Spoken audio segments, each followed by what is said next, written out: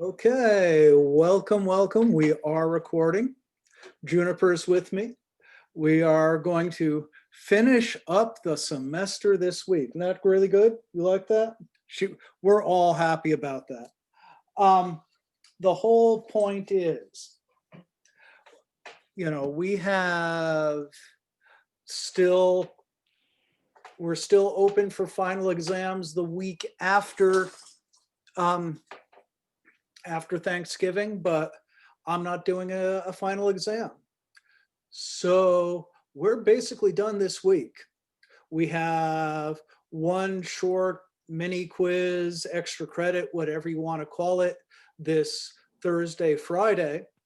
But if you are late with anything, if you have had any problems, let me know and I will take everything. I will be reviewing grades. I will be doing everything I can to be supportive, but not everybody with an 87 is going to get an A. That's, everything we can every step of the way. Hello, who's ever unmuted, please mute. Mute. Thank you. So, hello. Anyway, sorry. Okay, Joe. But anyway, so we finishing up. Today we're going to do the history of the movies, and Thursday, history of the internet, and then we are done. Again, I will take late assignments, we'll discuss other stuff, and I'll go over again and again everybody's grades, but you don't have to worry about a final exam. So we're basically, as we say in Arkansas, up to the lick log. Anyway, so that's what we're doing. We will do history of the movies. Movie time. Actually showed slideshow from current slide. Boom. History of the movies. Movies in society, even though we're not seeing as many anymore, they're different. We see them together, whereas on your phone, you're watching it all by yourself. TV, you may be Netflixing and chilling. I don't need to know. But it's not such a big thing. Therefore, movies are bigger. They make a bigger deal. They have a cultural impact, meaning that if you see something on a movie screen like tattoos have become big largely because people see them in the movies. Cultural imperialism from America. It is a uniquely American medium. Hollywood is an American thing, and we'll talk about why today. And because of that, it promotes a certain American value and viewpoint to the rest of the world. And sometimes the rest of the world isn't too thrilled about it. Movies we see in many forms. They, originally on the screen, but now again with phones and tablets, they're everywhere.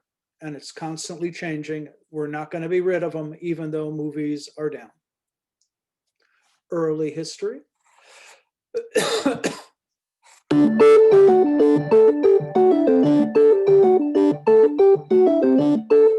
In this episode, we will discuss the first 20 years of cinema, from its birth to the rise of the feature film. We call this period pre-classical because the films that belong to it don't follow the classical narrative conventions that come with the rise of the feature film. In order to understand this time period, we really must begin with the invention of the motion picture camera. Many credit the Americans with the invention of the motion picture camera, particularly one American, Thomas Edison. Not only did Thomas Edison not invent the motion picture camera, it was actually made by a team of engineers under Thomas Edison. It wasn't even the Americans who first came up with the motion picture camera. In fact, several entrepreneurs from all over the world have claims to what is the first motion picture camera. As with many other examples in American cinema, Edison's reputation relies more on his marketing skills than it does the actual facts. And if credit's going to go to Edison and the Americans, it must also be shared with the French, particularly one team, the Lumiere brothers.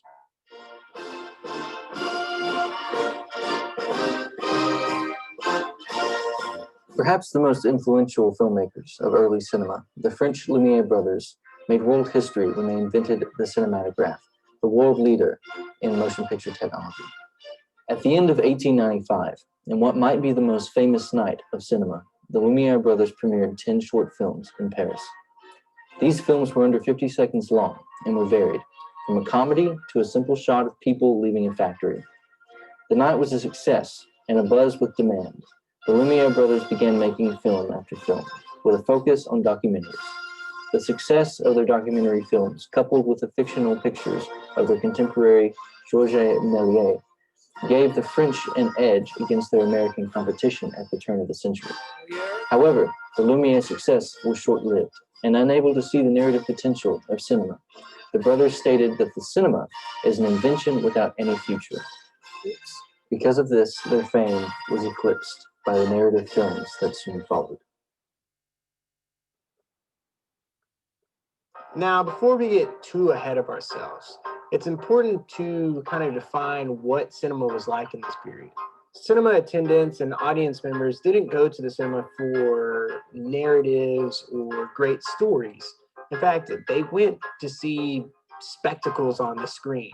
This type of cinema is what Tom Gunning calls the cinema of attractions, and it predates the cinema of narrative integration that comes later with the feature film. The most infamous example of these exciting, thrilling one-shot films is Lumiere brothers' A Train Arriving at a Train Station.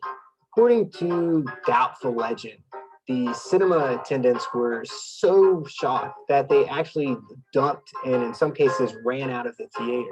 We usually call these films black and white, but it's important to remember that most of these films weren't presented in black and white at all. As early as 1896, films were painted, hand-painted, with color and toner to enhance mood and atmosphere. Likewise, though these films were silent films, they almost always involved sound. Cinemas would incorporate orchestras or live bands to score the happenings on the screen. In some cases, they'd have lecturers who would literally explain the events that were happening in the narrative. Suddenly, the galley strikes upon an enormous rock, which emerges from the midst of the billows, and the ship-founders disappear in a vortex of foam. As you can imagine, films back then weren't made the same way. The directors acted more as camera operators. Edison's man, Edwin S. Porter, is perhaps the best example of director as simply camera operator.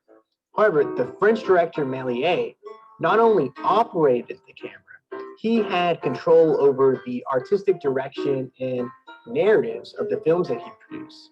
It took no time for production companies to develop, particularly in America, where the emphasis was on the speed of the production and not necessarily the quality. Now, they operated this way under the logic that it doesn't matter how good or bad the film is, it was still going to sell for the same price per foot. American production companies started to hire several directors, each with their own cast and crew, who were all responsible for one task: produce at least a reel of film each week. This practice of mass production eventually led to a new role, the role of a movie producer, whose job it was to supervise all of these different productions and make sure the quotas were met.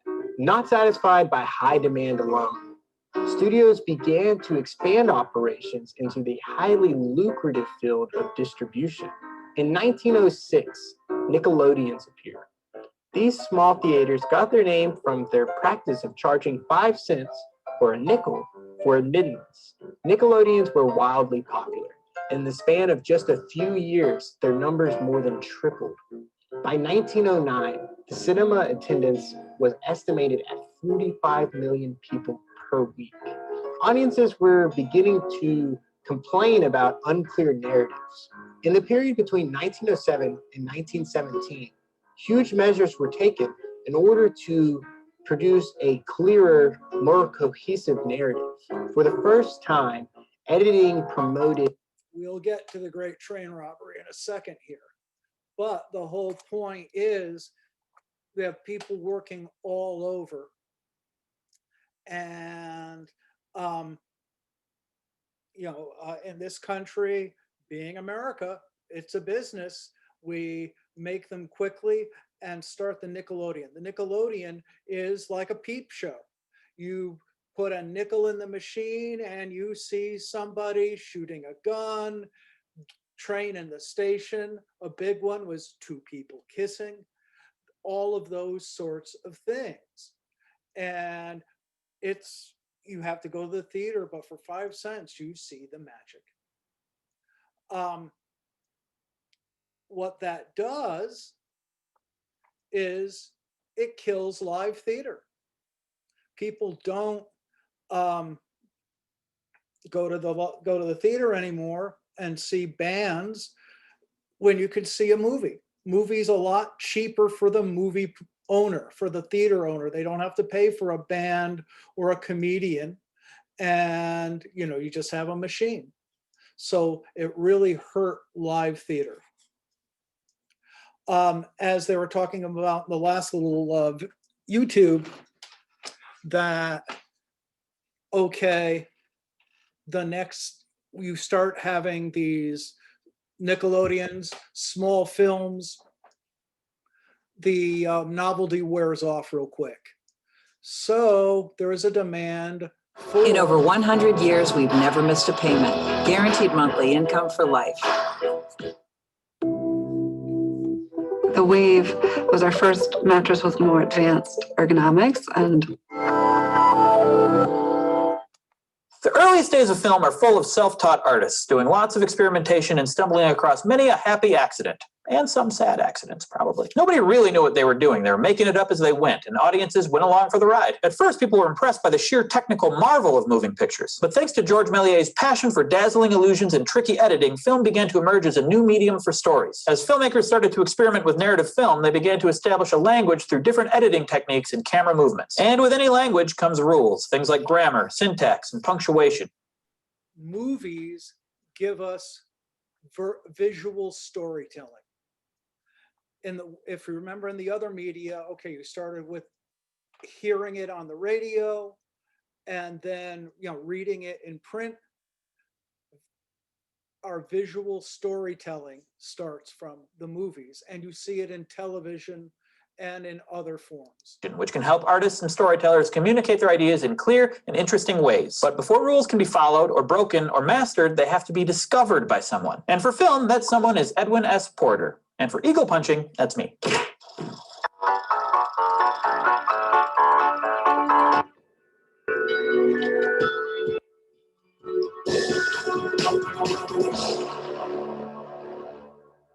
George Méliès was a stage magician whose whole approach to entertainment was to wow an audience with illusion, extravagance, and surprise. So it makes sense that his films, as impressive and influential as they were, operated as performative spectacles. This type of filmmaking is more interested in presentation than Right.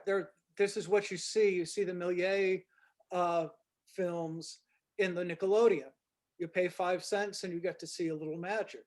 But storytelling... We're supposed to sit back and slack-jawed amazement at the mysterious feats occurring before us instead of empathizing with characters or finding ourselves on screen. The film scholar Tim Gunning calls this the cinema of attractions and offers it as a way to think about the entire first decade of film, where the novelty itself of film is enough to keep people buying tickets. You've probably experienced this concept at some point. A new technology comes out and at first we're all marveling at what it can do, like posting shaky vertical videos of your cat online for everybody to see, or wandering around outside throwing virtual Pokeballs at virtual Pokemon, speaking of. Got him! But eventually the newness wears off and people want something more. I haven't played Angry Birds in many months. That's what was happening in 1903 as mainstream films started to focus more on narratives designed to engage the viewer rather than simply astonish them. And that's exactly when Edwin S. Porter entered the filmmaking scene. Born in 1870, Porter worked as a sign painter, telegraph operator, and minor inventor before becoming a touring projectionist. He traveled from South America to Canada exhibiting films for a device called the projector scope, one of Edison's competitors. Part of Porter's job was to assemble the various actualités in short films into longer feature programs. He picked the order, created transitions between the films, and arranged for any musical or spoken accompaniment. Now, this feels like a good place to make a point about silent films, because there was no such thing. What? I mean, even in the golden age of silent film, movies were almost never shown in actual silence. We call them silent films because the technology to record synchronous sound hadn't really been invented yet. But that doesn't mean that folks gathered in theaters, church basements, or barns and watched films in pin-drop silence. Larger venues employed full orchestras, bands, or organists to accompany their films. Smaller spaces might have had a piano player or a phonograph. Or a guy who went, la la la. Probably not that, though. Some films were even released with scripts to be performed by live actors or voiceover narration to be read along with the images. So in 1899, after his stint as a traveling exhibitor of not-so-silent films, Porter returned to New York. He eventually became the head of production at one of Edison's film studios, responsible for setting the stories, operating the cameras, directing the actors, and assembling the final films.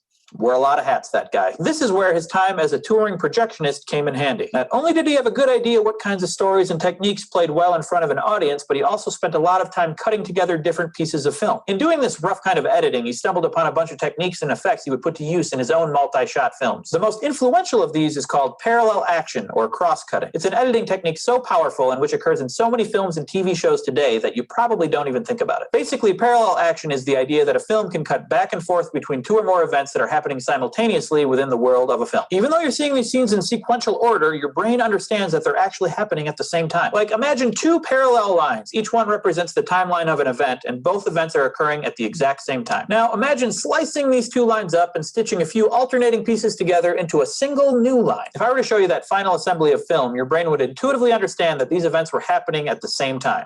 Cool, right? The first film that we know utilized parallel action successfully was Edwin S. Porter's Life of an American Fireman, made in 1902 and inspired by Méliès's A Trip to the Moon. The story follows, spoiler.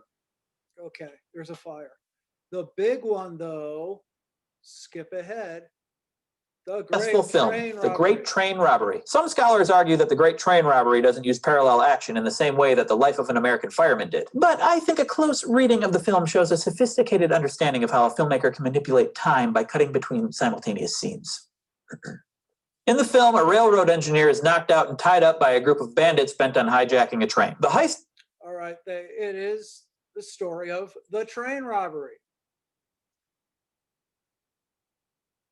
And it's the first interior both violent shots, and peaceful means. Close-ups, all the stuff you see today, Porter came up with in the train robbery, okay?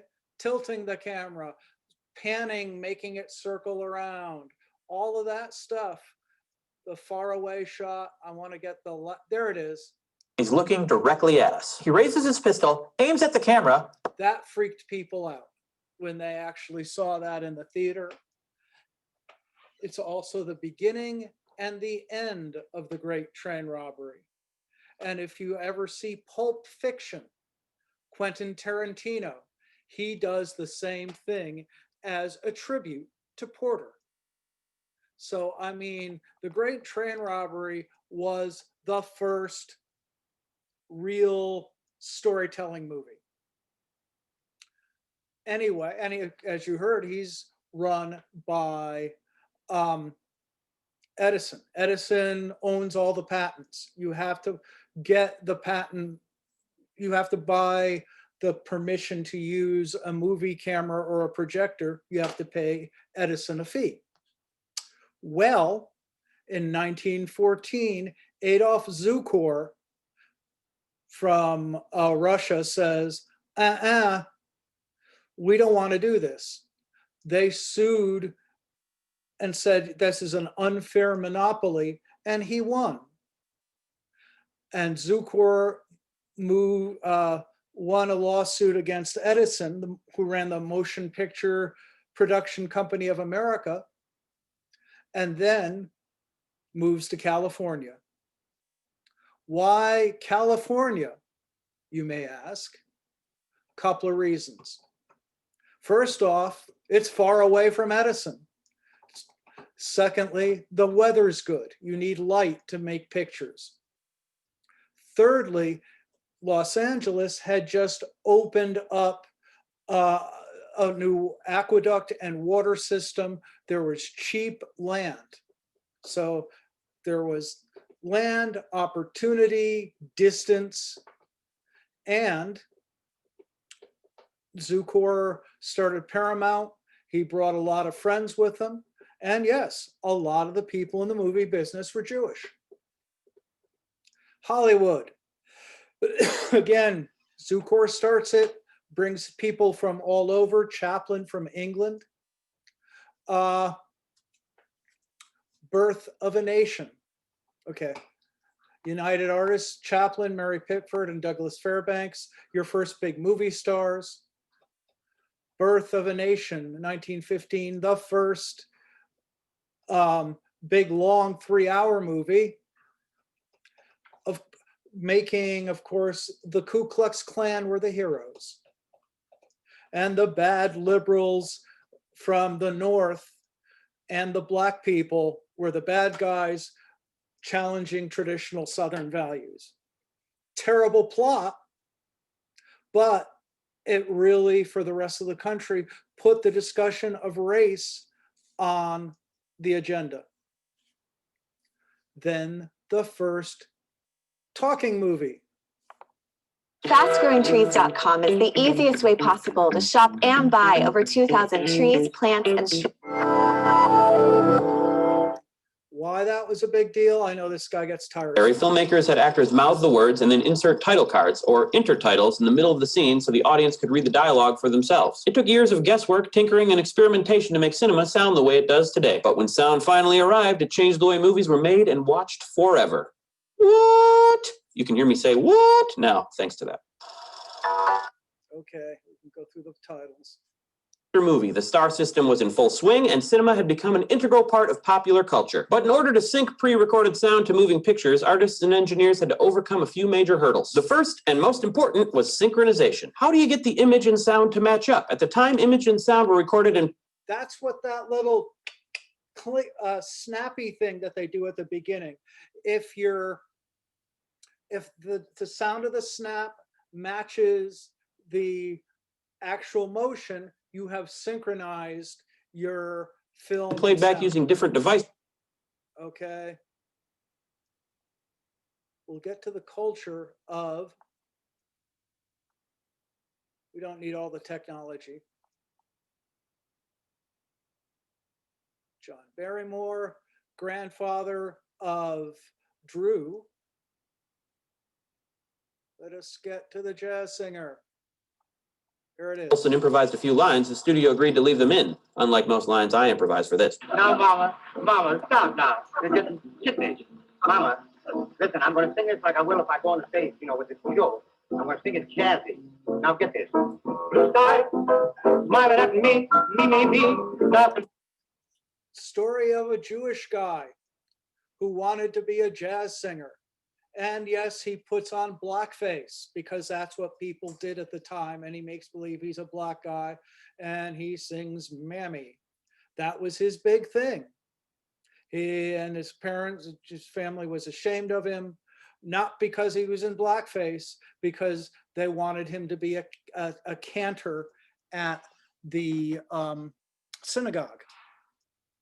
But again, it's jazz music. It is African-American music that he is singing, bringing that music to the culture. Not only that, this story of the man who wants to be a popular culture person coming from a traditional background. It is a story we hear many times over. Even The Simpsons did. Krusty the Clown is the story of same plot as the jazz singer. They do it on purpose.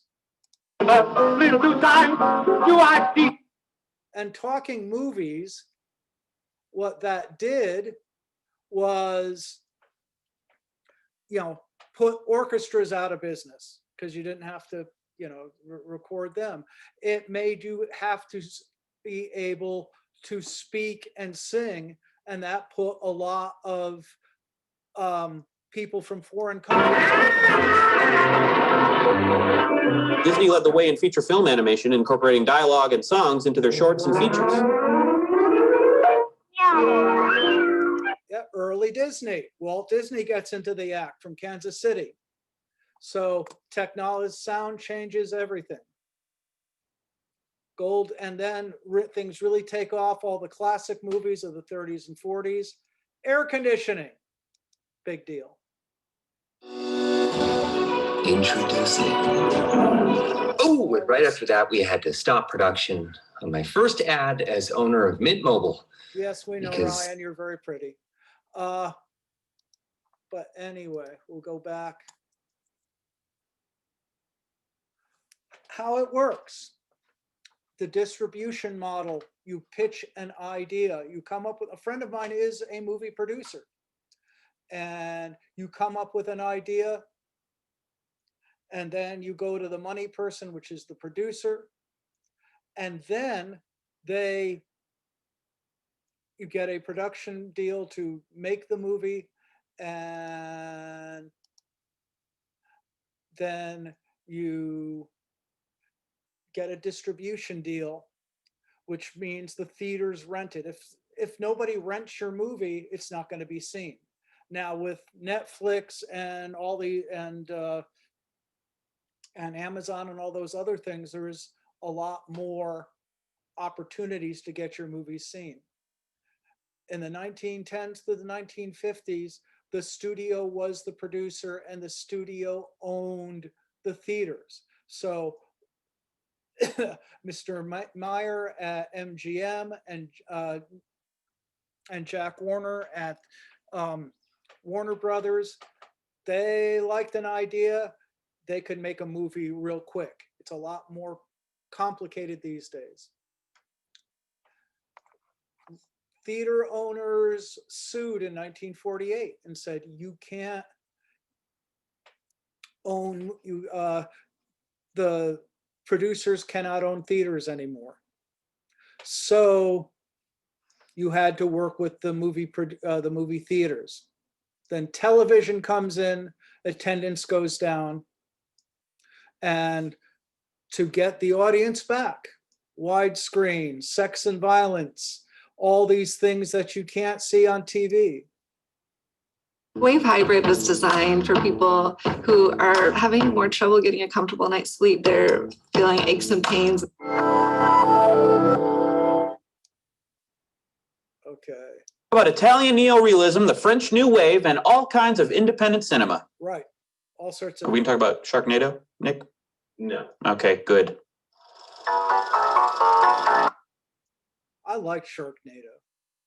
Classical Hollywood cinema. Their stories were chaste, formulaic, and mostly upbeat. The good guys almost always won, and husbands and wives couldn't even share a bed. Many of the films were shot on constructed sets or the studio backlot, and most used a flat, generic form of lighting called high-key lighting that ensured the entire image was clearly visible. A lot of great films came out of the studio system, but Hollywood was churning out between 600 and 800 films a year and dominating the global film market. By the mid-1940s, audiences were ready for something new. The first post-World War II movement to find its voice was Italian neorealism. Many of the filmmakers, like Roberto Rossellini and Vittorio De Sica, were working directors before the war and started shooting again as soon as the fighting ended. After living through that violent time, they craved a more raw and authentic style than classical Hollywood cinema could provide. Filmmaking tools for these guys ran thin. Cinecittà, the film studio in Rome, was nearly destroyed during the war. Equipment was often damaged or missing, and film stock was hard to come by. But these resourceful Italian filmmakers found a way to turn these disadvantages into a style that reflected the harsh reality they saw around them. The first Italian neorealist film was Roberto Rossellini's 1945 masterpiece,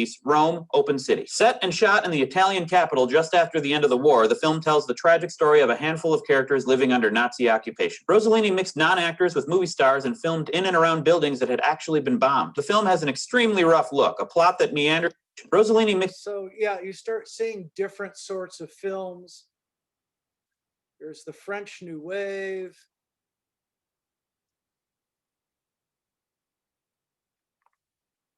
Suddenly, the marketplace was theoretically open to all kinds of films, not just whatever the biggest studios wanted to show in theaters. Hollywood studios were stubborn, though, and didn't want to give up their money and control to the tidal wave of brash young filmmakers that were sweeping the rest of the world. But as the 1950s rolled into the 1960s, the studios found themselves in real trouble. Boy, howdy. After losing their theater chains, they began facing stiff competition from a little thing called television. As 1970 approached, the baby boom generation was coming of age, the war in Vietnam was in full swing, American politics was at its most violent since the Civil War, and studio film seemed increasingly out of touch. Ticket sales were falling, and studio executives were in an outright panic.